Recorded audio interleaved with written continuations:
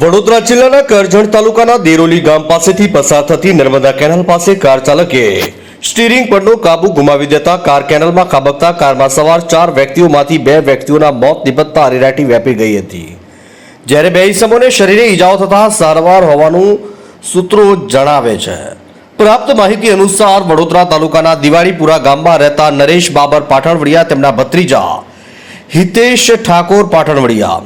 મોટા ભાઈ અરવિંદ બૈલાલ પાટણવાડિયા તેમજ ભરત મંગળ પાટણવાડિયા નાઓ કારમાં સવાર થઈ કરજણ તાલુકાના સાયર ગામે તેમના વિવાહના ઘરે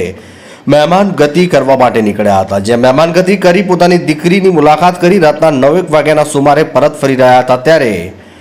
નારેશ્વરથી કુરાલી વચ્ચે દેરોલી ગામ પાસે આવેલી નર્મદા કેનાલના વળાંક પાસે પહોંચતા કોઈપણ કારણસર કાર ચાલકે અચાનક સ્ટીરિંગ પરનો કાબુ ગુમાવતા ગાડી કેનાલની પાળી તોડી કેનાલમાં ખાબકી હતી। કાર કેનાલમાં ખાબકતા પાણી હોવાને કારણે કાર ડૂબી જતા કારમાં સવાર હિતેશભાઈ પાટણવડિયા તેમજ અરવિંદ પાટણવડિયાનું કરુણ મોત નીપજ્યું હતું, જ્યારે નરેશભાઈ અને ભરતભાઈને શરીરે ઈજાઓ થવા પામી। ઘટનાની જાણ થતાં કરજણ પોલીસ તેમજ કરજણ ફાયર ટીમ ઘટના સ્થળે પહોંચી મૃતકોના મૃતદેહને બહાર કાઢી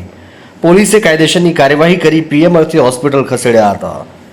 જે અંગે પણ પોલીસે અકસ્માત મોતનો ગુનો નોંધી આગળની તજવીજ હાથ ધરી છે। મહાથી મોહસિન કારાનો રિપોર્ટ।